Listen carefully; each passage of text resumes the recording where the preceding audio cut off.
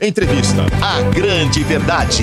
Entrevista. Vamos lá, uma entrevista muito importante, muito bacana que nós conseguimos agendar com o general, um herói do Exército Brasileiro. Ele já foi comandante das forças da ONU no Haiti, no Congo, foi secretário nacional de Segurança Pública, ministro-chefe da Secretaria de Governo da Presidência do Brasil. É o general Carlos Alberto Santos Cruz que está com a gente agora. Boa tarde, general. O senhor está nos ouvindo? O senhor está bem? Tudo bem, muito obrigado pelo convite. Nós é que agradecemos o senhor ter aceito falar com a gente. Queria avisar o senhor que isso aqui é um programa numa rádio jovem, para um público jovem. O senhor não se assuste com a nossa descontração na conversa que a gente vai ter com o senhor. É o jeitão do programa, tá bom? E hoje é sexta-feira, 5 horas da tarde, a gente já está contando aí os segundos para tomar uma cervejinha no final do programa. Bom, muito prazer, viu, general? E é um prazer vê-lo bem, né? E acho que os últimos meses aí fizeram bem para o senhor. Bom vê-lo e vê-lo assim, parece que está bem, está com saúde, é muito bom. Muito obrigado. General, no ano passado, o Olavo de Carvalho, um dos mentores do bolsonarismo, não sei se todo mundo lembra, ele fez alguns ataques com umas grosserias. Isso não é nenhuma novidade, né? O Olavo usar grosseria nas redes sociais. Mas ele fez uns ataques bem grosseiros com o general Vilas Boas. Aquilo parecia ter sido um episódio isolado. Foi mais ou menos em abril, maio do ano passado. Mas de lá para cá, outros generais também passaram por momentos meio constrangedores, né, nesse governo. Mais recentemente, a gente teve aí... a gente teve o general Mourão, ele teve que ouvir uns desaforos lá dos filhos do presidente. O general Ramos foi chamado agora de Maria Fofoca. O general Pazuello foi desmentido publicamente. Ele teve uma posição dele ali considerada traição nas redes sociais pelo próprio presidente. Aí vem o vídeo que ele gravou falando um manda, outro obedece. Nessa semana o general Rego Barros publicou um texto duro falando do poder que destrói e corrompe os líderes. General Santos Cruz, essa série de situações constrangedoras, como é que isso pega pro Exército, na sua opinião, general? Bem, o que acontece é o seguinte, eu não vou falar em nome do Exército, porque o Exército tem o seu comandante, uma pessoa honrada, competente, e qualquer coisa oficial tem que ser através da cadeia de comando, né? Mas eu vou dar a minha opinião aqui do que eu acho de tudo isso. A pergunta sua foi como que isso aí reflete no Exército. O que acontece é que todos esses incidentes que você comentou, eles estão dentro de um ambiente geral de desrespeito, né? Isso aí vai construindo aqui e ali, quando você vê, a sociedade toda está num ambiente de desrespeito, todo mundo desrespeitando todo mundo. Isso aí vem ali também de um fanatismo, ali de um pequeno grupo ideológico ali que se comporta como uma seita digital, no ambiente digital, e isso aí vai acontecendo, chegando a esse ponto. Você teve uma eleição que não teve discussão qualitativa, ela foi muito ideológica, como é normal no tempo de eleição, ali muito aquecida. Isso continuou e o desrespeito começou a passar a ser banal. Então, tudo isso dentro de um quadro de desrespeito. Eu não vou aqui fazer diferença entre agressão a generais e civis. Eu acho que o respeito tem que ser para todo mundo. Claro que quando, às vezes, a pessoa é um civil e aquilo ali não tem um reflexo institucional, porque ela não está vinculada, não está caracterizada como o vínculo dela com alguma instituição. Mas os militares, queiram ou não queiram, eles têm esse vínculo estabelecido aos olhos da população e até legalmente existe esse vínculo, né? Então acaba sempre afetando um pouco, ao menos até aparentemente, mesmo que não seja legalmente, aparentemente afeta institucionalmente. Então isso aí é que é só que infelizmente isso aí é dentro de um quadro de desrespeito geral. Se você for ver, não é só desrespeito a generais, tem civis, tem jornalistas, tem cidadãos, tem uma série de coisas. E isso aí muito incentivado aí por grupos radicais aí que se comportam como se fosse uma seita, né? É isso aí que está acontecendo. General, queria saber do senhor o seguinte: quem é o Bolsonaro pré-eleito e quem é o Bolsonaro pós-eleição? Como se diferenciam os dois? Olha, eu prefiro não falar de opiniões de pessoas, né? Eu prefiro falar do aspecto funcional.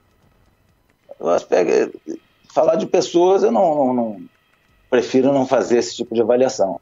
Agora, funcionalmente, como qualquer cidadão, eu tenho a minha opinião acerca da autoridade, né?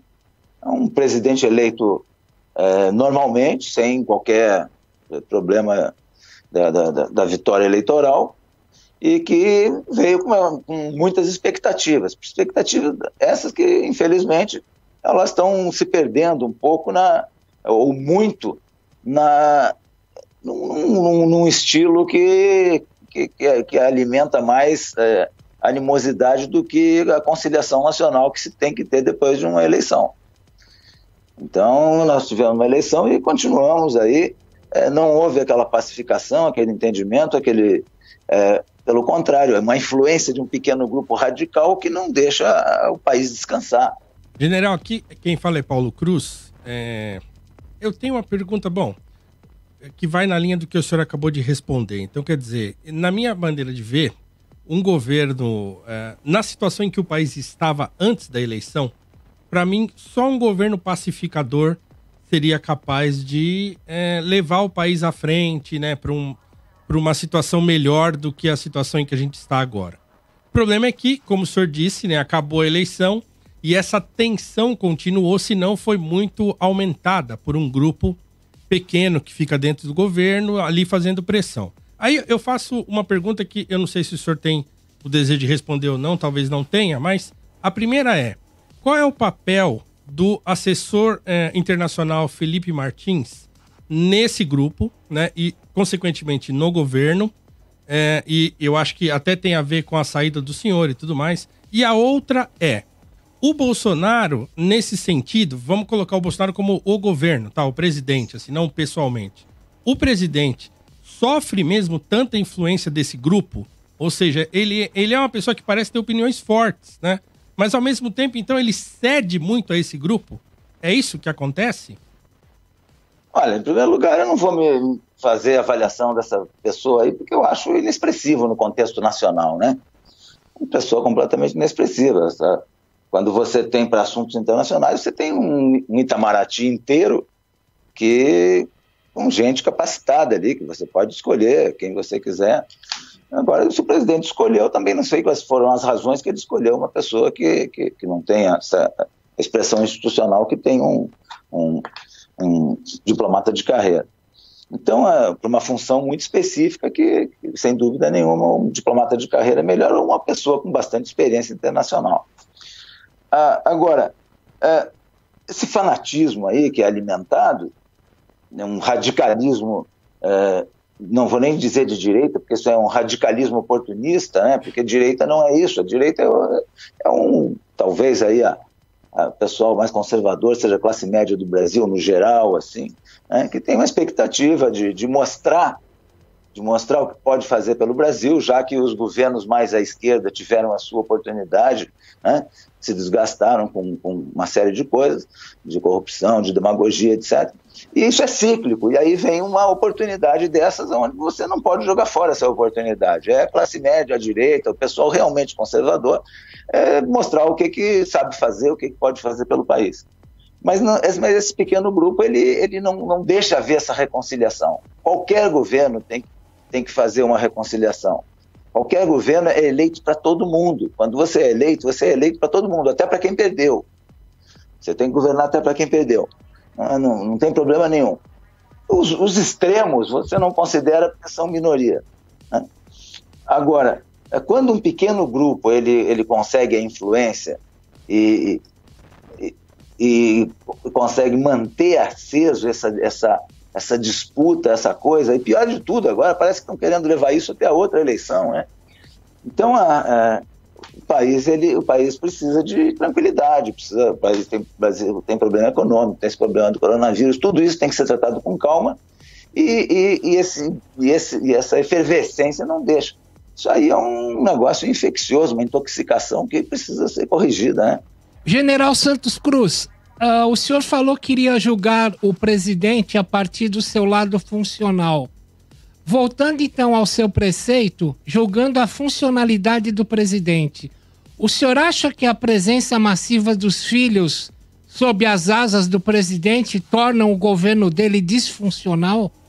Não é que torna disfuncional, mas a maneira como familiar, a maneira como qualquer familiar, em qualquer lugar do mundo, a maneira como qualquer familiar interfere no andamento de uma administração pública nesse nível, acaba gerando problemas, sem dúvida nenhuma, em qualquer lugar do mundo. Filho se metendo em assunto que às vezes não está ligado à função dele, né? Você tem 3 filhos, um é senador, ele tem o espaço político dele, funcional, o outro é deputado federal, também tem o espaço dele, e o outro é vereador, que se limita lá na vereança, né?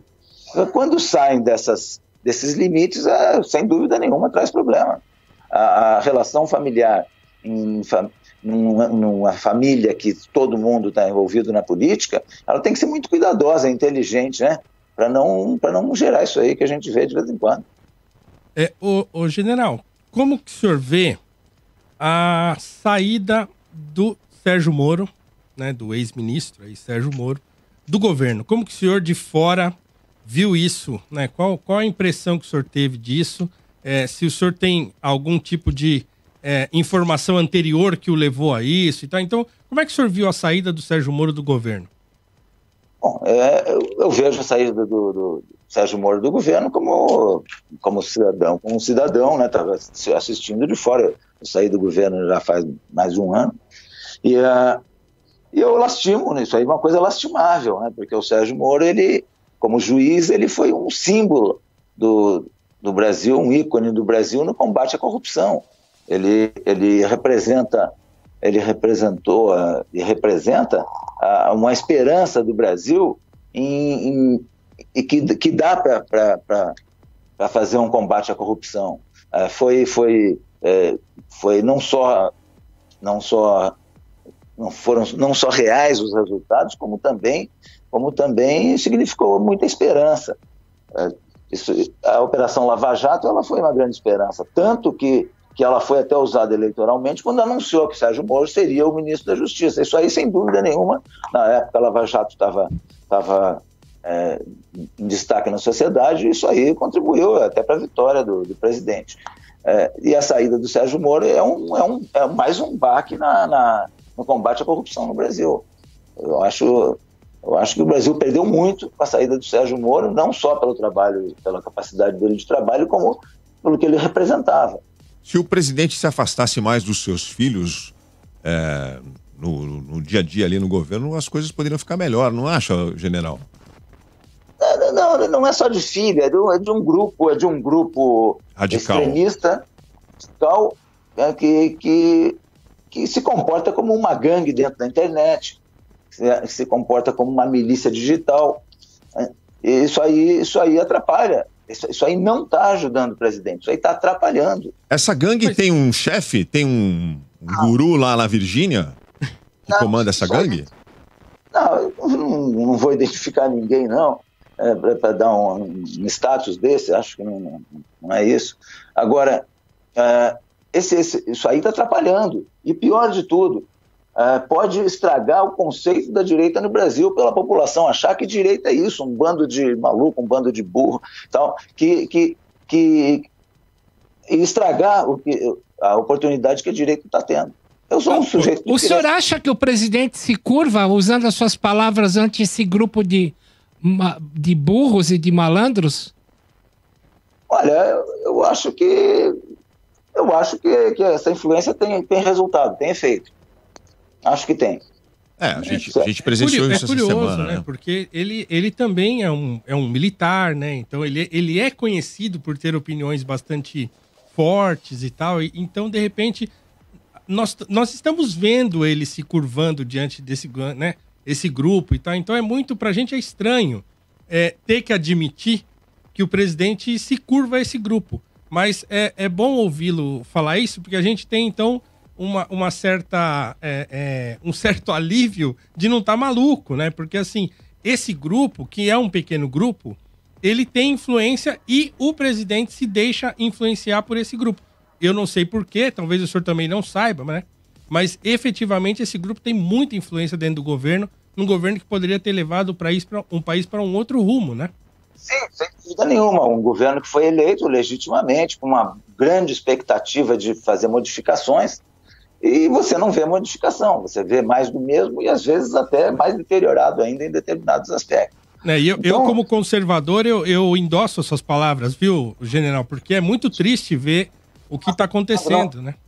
Não é nada de direita, não é nada de conservador. Exatamente. Quando você pega um Ministério da Educação e você que é uma área muito ideológica, o que você tem que fazer para você colocar no caminho que você acha que é o correto? Você tem que ter gente inteligente, você tem que dialogar com alunos, com professores, com os reitores, com funcionários, com gente especializada na área, etc. Não é ficar brigando, não é ficar xingando. Não é ficar... O que nós temos muito é xingão, é briga, e não tem o diálogo, não tem a inteligência que pode resgatar aquilo que você quer. A sociedade brasileira, eu acredito que ela já está cansada. 2 anos de discussão, de xingão, de briga, Peraí, não é para isso. Você gosta de votar e você aceita esse aquecimento de briga de rua, você aceita no período eleitoral. Depois todo mundo tem que viver em paz. O bolsonarismo, então, faz mal à direita e isso pode representar uma ajuda à volta da esquerda ao poder, general? Nós temos que se lembrar que quem criou o sentimento anti-PT foi o PT. A direita não pode cometer o mesmo erro de criar um sentimento contra ela mesma. Então é muito bom o pessoal ter equilíbrio, o pessoal respeitar, o pessoal fazer conciliação nacional, governar, fazer tudo direitinho, porque não é com mantendo aquecido briga ideológica que nós vamos levar o país à solução dos problemas. General, enquanto o senhor estava no poder, como é que o senhor buliu, o senhor se defrontou a primeira vez com esse grupo de reacionários que tem feito o país confundi-los como a direita que, enfim, veio ao poder? Não, isso aí vai acontecendo, não crescendo, né? As pessoas, elas discordam de você por uma razão qualquer, que é um direito de discordar, é até bom que discorde, né? Isso aí não tem problema nenhum. Mas aí você percebe o baixo nível da manifestação dessa discordância. Chega até palavrão. Gente que fala que a educação no Brasil está ruim, usa um monte de palavrão para se manifestar contra você. Então você não tem coerência nenhuma. Porque a educação ela começa por esse ponto básico, que é o respeito mútuo, né? Não tem problema nenhum ter diferença. O sujeito pode discordar de você, das suas ideias, pode discordar da sua maneira de administrar. Né? Agora, não pode baixar para esse nível que a gente vê, e que é o nível que não dá, tem coisa que não dá nem para repetir em público. Então, aí você percebe isso. Isso aí também nunca me tirou o sono, né? Eu não vou também ficar preocupado com tiroteio de internet. Agora, isso aí é muito ruim, como exemplo do país. O que é curioso, né, general? Porque eu sou professor do ensino básico, né?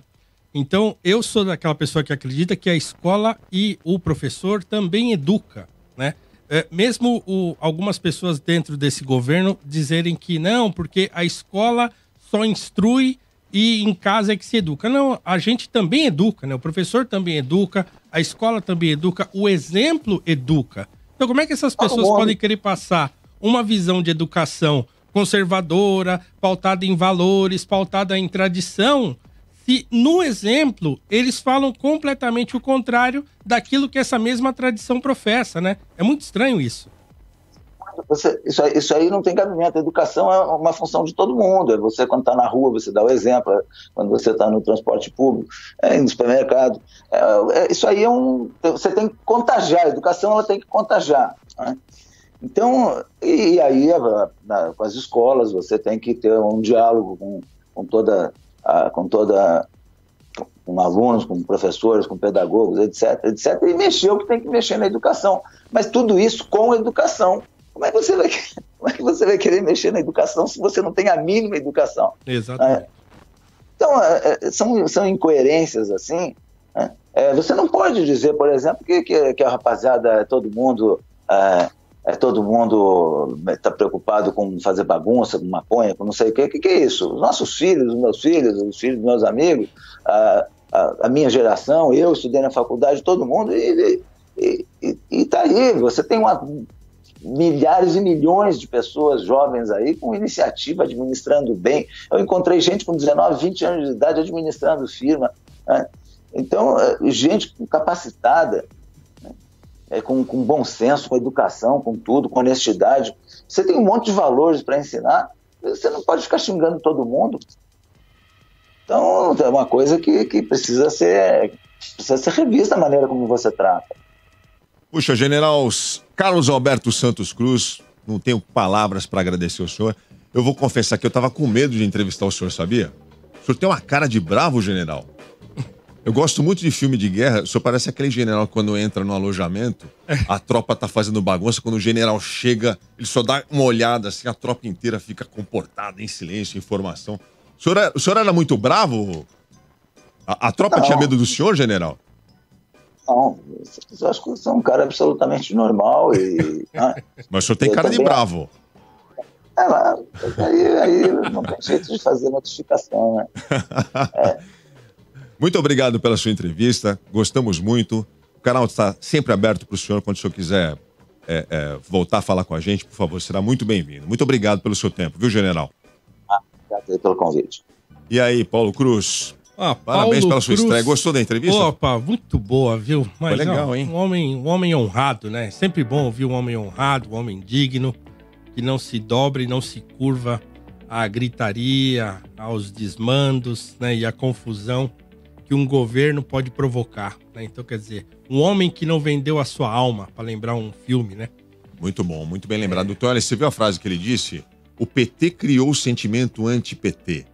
Essa direita pode estar criando o sentimento anti-direita. Bela frase. É uma bela frase. A grande verdade.